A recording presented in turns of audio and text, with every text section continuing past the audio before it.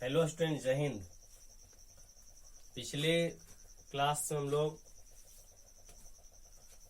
Periodic table में पढ़ रहे थे आवर्त का विवरण। उससे पहले आपको बतलाया गया था कि किसी भी तत्व का आवर्त, वर्ग, ब्लॉक कैसे निर्धारित करते हैं, कैसे पता करते हैं कौन सा तत्व किस वर्ग में है, किस आवर्त में है, किस ब्लॉक में है। नहीं तो आपको इससे संबंधित होमवर्क भी दिया गया था। हम समझते हैं कि आप लोग को ये आ गया होगा निर्धारित करने किसी तत्व का कि वो किस ब्लॉक का है, किस आवर्त का है, किस वर्ग का है। उसी से रिलेटेड फिर आगे बात पढ़ना था हम लोग को कि पूरे आवर्त का विवरण, आवर्त के बारे में क्या क्या इंफॉर्मेशन हम लोग समझ सकते हैं, सो बतलाया गया था आपको। आज आपको हेडिंग देना है वर्ग का विवरण।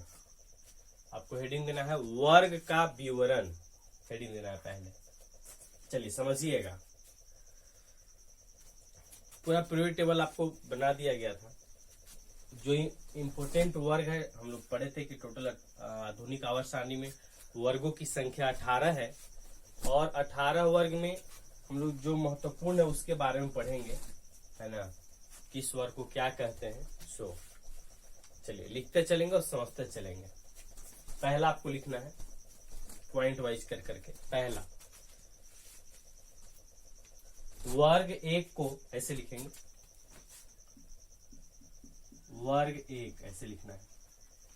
वर्ग एक को क्षारीय धातु कहते हैं। वर्ग एक को क्षारीय धातु कहते हैं। इसमें एक मिनट क्षारीय धातु कहते हैं इन तत्वों के बाह्य इलेक्ट्रॉनिक विन्यास ऐसे NS1, बाह्य इलेक्ट्रॉनिक विन्यास NS1 होता है। चलिए ये लिख ली होंगे आप। फिर नीचे में से आपको बना देना है वर्ग, जल्दी से लिख लेना है। इस वर्ग में आता है hydrogen, lithium, sodium, potassium, rubidium, caesium और एक है फ्रांसियम। ये लिख लेना है आपको जल्दी से।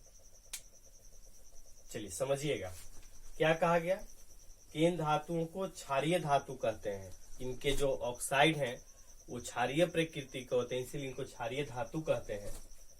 और एक नीचे भी पॉइंट लिखना होगा इसके लिखने के बाद।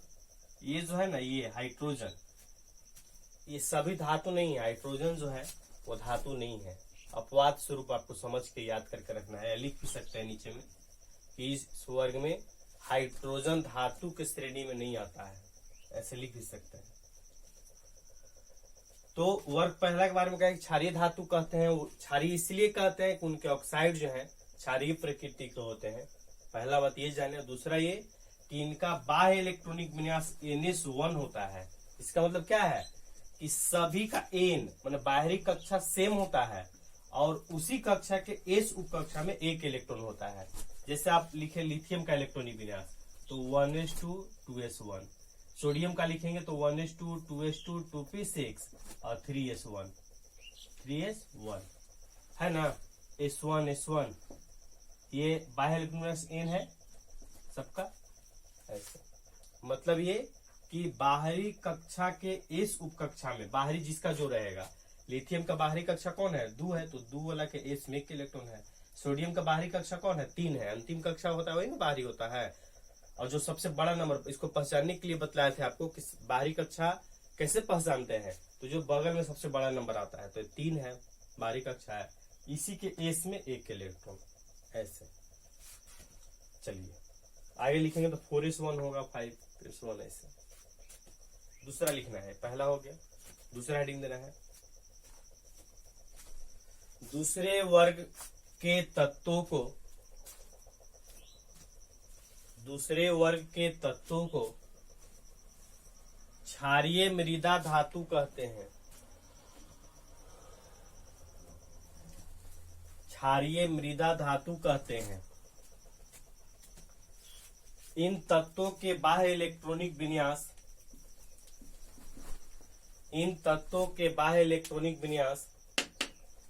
NS1 होता है, सॉरी N तो हो ही गया था, ये NH2 होता है, NH2 होता है।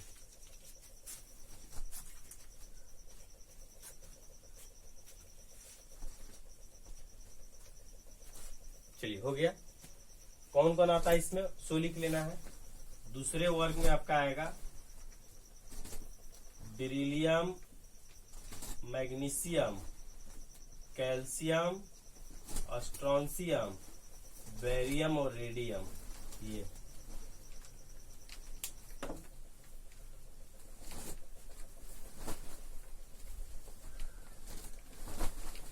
आगे लिखना है।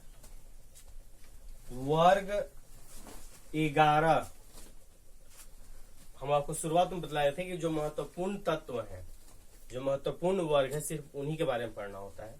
3, 4, 5 उतने महत्वपूर्ण नहीं है। आगे हेडिंग देना है आपको, वर्ग 11 के तत्वों को सिक्का धातु कहते हैं,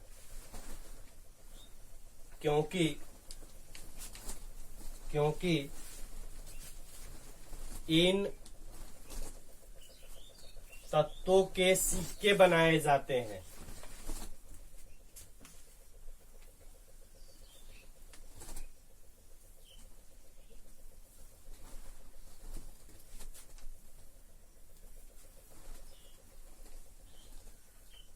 सिक्के बनाए जाते हैं।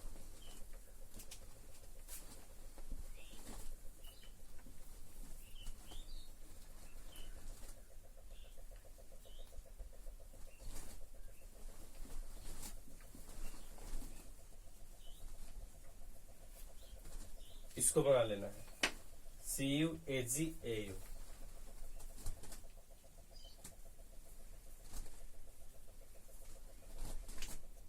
चलिए अगला लिखना है,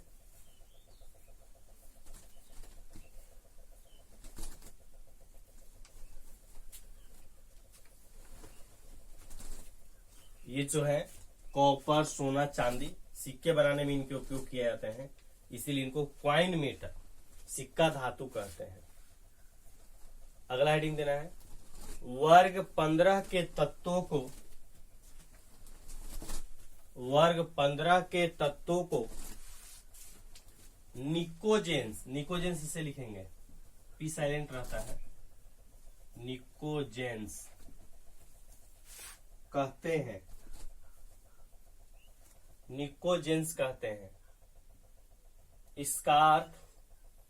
इसका अर्थ विषैले पदार्थ बनाने वाला होता है, अर्थात वर्ग 15 के तत्व विषैले पदार्थ का निर्माण करते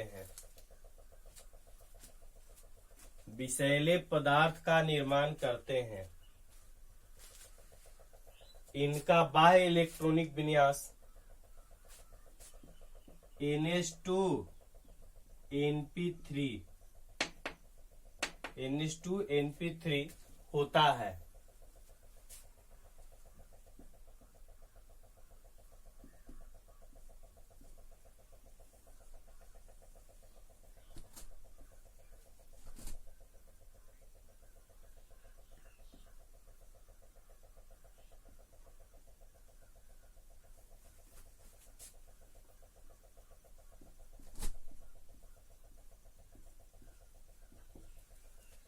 नाइट्रोजन, फास्फोरस, आर्सेनिक, एंटीमनी और बिस्मथ।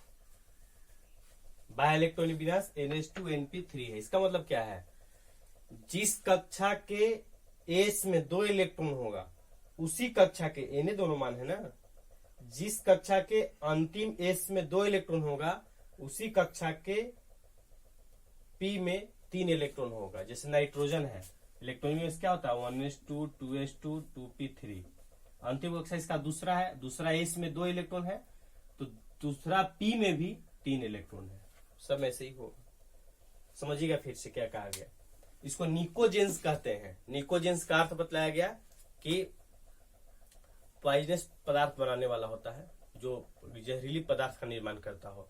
निकोजेंस का अर्थ वो होता है। और मतलब ये कि जो वर्ग 15 के तत्व हैं वो विषैले पदार्थ के निर्माण करते हैं।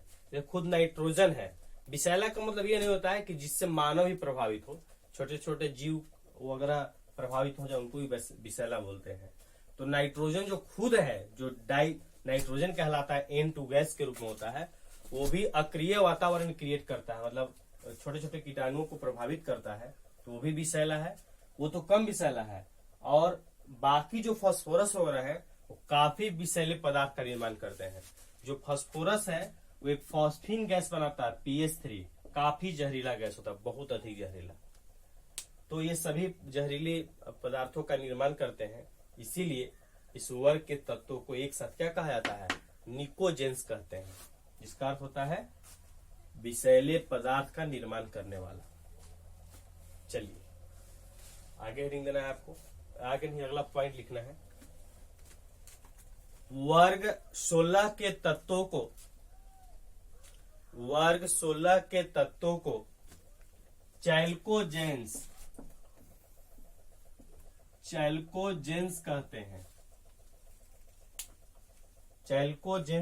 हैं, जिसका अर्थ अयस्क निर्माणकारी होता है।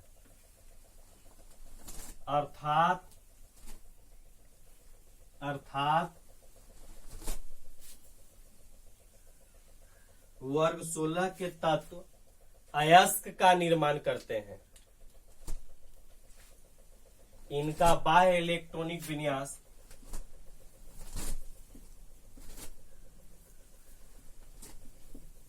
NH2NP4 होता है। अब चेक करने के लिए बार बार नहीं बतलाएंगे, आपको समझ में आ गया होगा।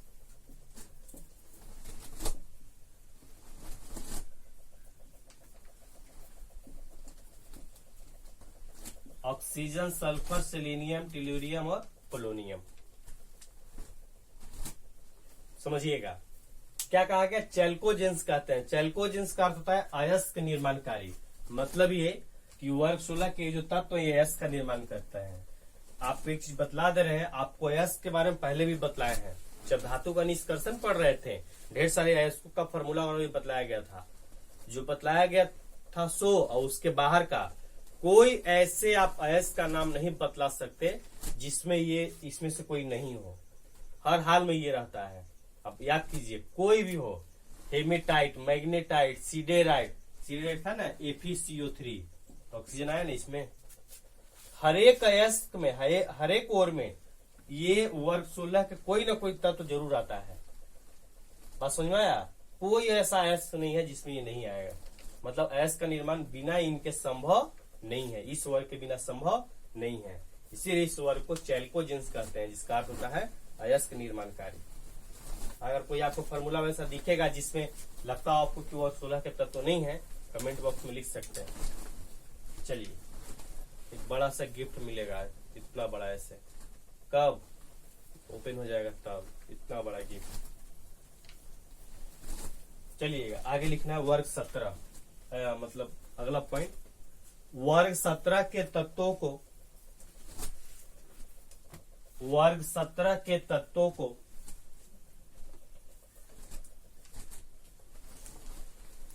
हैलोजन कहते हैं। इसका नाम तो आप सुने ही होंगे, हैलोजन कहते हैं, जिसका अर्थ लवण निर्माणकारी होता है। जिसका अर्थ लवण निर्माणकारी होता है।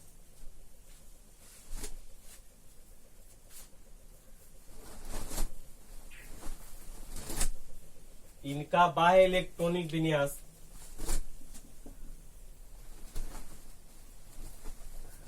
NH2NP5 होता है।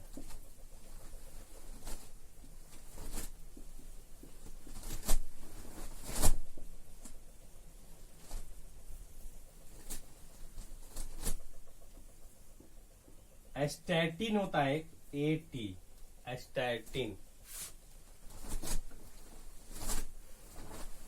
चलिए लिख लीजिएगा इसको, कौन कौन आता है। सो बाह्य इलेक्ट्रॉनिक विन्यास हो गया। समझिएगा, जो लवण होता है NaCl, NaBr, जितने भी लवण है सब में हैलोजन आता है। मतलब हैलोजन से ही, हैलोजन के तत्व वर्ग 17 के तत्वों से ही हैलोजन का निर्माण होता है। वर्ग 17 के तत्वों से ही लवण का निर्माण होता है। इसलिए वर्ग 17 के तत्वों को एक साथ क्या कहते हैं, हैलोजन कहते हैं। इनका बाह्य इलेक्ट्रॉनिक विन्यास NH2NP5 है। और इतना लिखा गया, फिर इसको आपको नीचे लिख लेना है। एक चीज और क्या कहा गया, देखिएगा, ये पूरे वर्ग में, वर्ग 17 में जो फ्लोरीन एक खास एलिमेंट है, महत्वपूर्ण है कई मामलों में। आपको आगे जब हम लोग पी ब्लॉक पढ़ेंगे, आपको बतला रहे थे कि धातु के निष्कर्षण के बाद पी ब्लॉक ही चैप्टर होता है पढ़ने के लिए, लेकिन पीरियोडिक टेबल चूंकि हम लोग नहीं पढ़े थे इसलिए बीच में पढ़ रहे हैं। तो आपको जो 15 से शुरू हुआ है ना, 15, 16, 17, ये टोटल बात हम लोग को पढ़ना होगा, बहुत डिटेल्स पढ़ना होगा। अभी बता रहा था आपको फॉस्फीन के बारे में, फॉस्फीन कैसे बनता है, क्या गुण है उसका, सभी तत्वों के महत्वपूर्ण यौगिकों के बारे में पूरा डिटेल्स पढ़ना है। जो पी ब्लॉक चैप्टर है जिसमें 4 चैप्टर आता है, वर्ग 15, वर्ग 16, वर्ग 17, वर्ग 18। ये चलिए आगे हेडिंग देना है आपको। वर्ग 18 के तत्वों को, वर्ग 18 के तत्वों को उत्कृष्ट गैस कहते हैं, क्योंकि ये आसानी से विक्रिया नहीं करते हैं, क्योंकि ये आसानी से विक्रिया नहीं करते हैं। इस वर्ग को शून्य वर्ग भी कहते हैं तथा इनका बाह्य इलेक्ट्रॉनिक विन्यास NH2NP6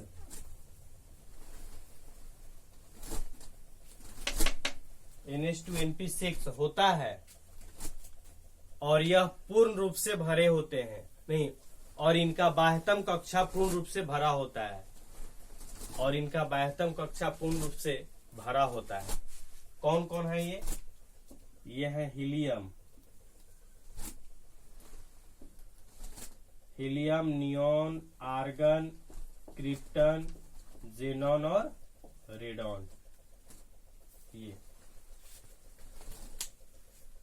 समझिएगा। उत्कृष्ट कहे, आपको शायद पता होगा अक्रिय, तो अक्रिय क्यों नहीं लिखा है, क्योंकि अक्रिय आपको पता है ठीक है, लेकिन अक्रिय लिखवाना है गलत हो जाएगा। 10th क्लास तक ही आपको समझना है कि जो वर्ग 18 है वो अक्रिय है। अभी आपको नहीं समझना, अक्रिय का मतलब होता है कि जो अभी क्रिया नहीं करे, लेकिन आप शायद आगे देखे होंगे यदि बुक वगैरह, तो इसके बारे में एक अलग चैप्टर है, इसके यौगिक के बारे में, वर्ग 18 के तत्वों का अध्ययन, ऐसे हेडिंग होता है, पी ब्लॉक के अंतर्गत है। मतलब इसके जो कुछ नहीं, एक ही है जेनॉन, थोड़ा बहुत नियोन और क्रिप्टन के एकाध अस्थायी यौगिक पाए गए हैं। अस्थायी यौगिक जेनॉन का ही होता है, 2-3 यौगिक।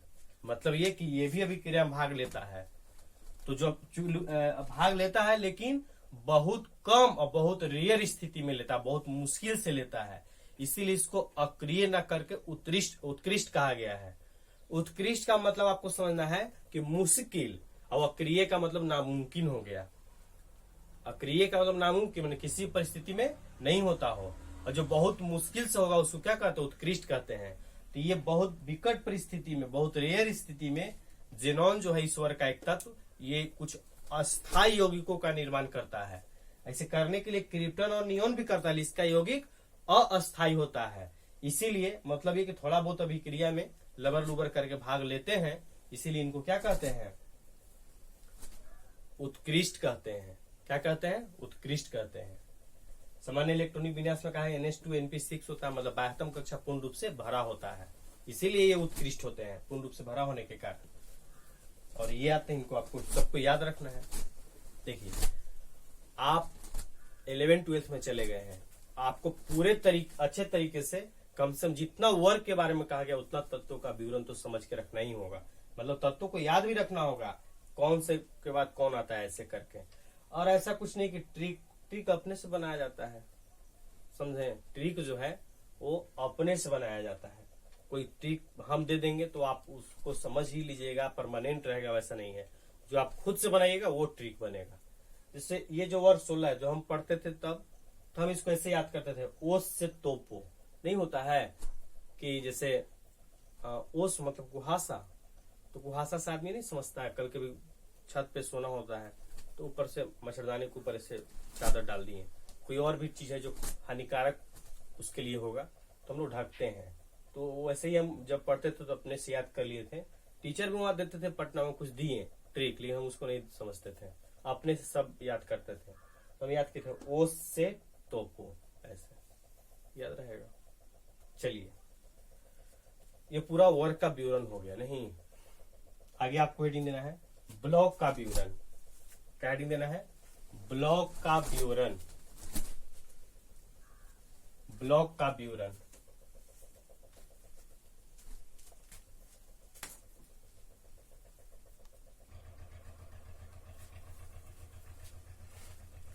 चलिए, आपको लिखना है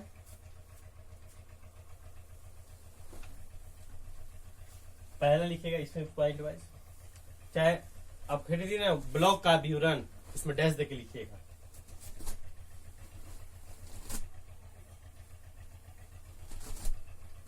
आधुनिक आवर्त सारणी को,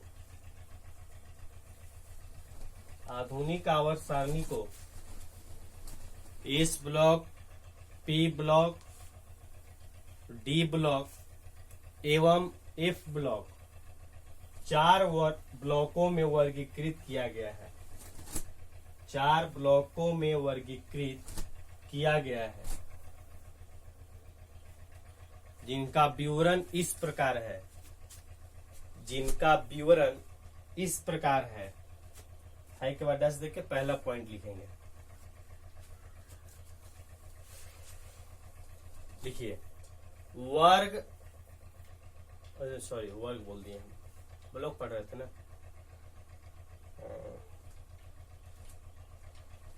लिखिएगा, एस ब्लॉक के अंतर्गत, एस ब्लॉक के अंतर्गत वर्ग 1 एवं 2 के तत्व शामिल हैं। वर्ग 1 एवं 2 के तत्व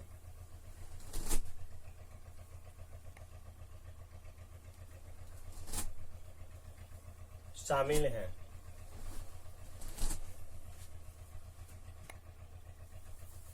इन तत्वों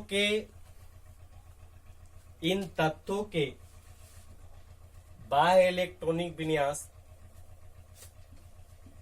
NS1 से 2 होता है। मतलब ये कि बाहरी एस कक्षा के, सॉरी एस उप कक्षा में 1 या 2 इलेक्ट्रॉन होगा, 1 या 2 इलेक्ट्रॉन होगा। NS1 से 2 पढ़ेंगे इसको। बाह्य इलेक्ट्रॉनिक विन्यास NS1 से 2 होता है। इसलिए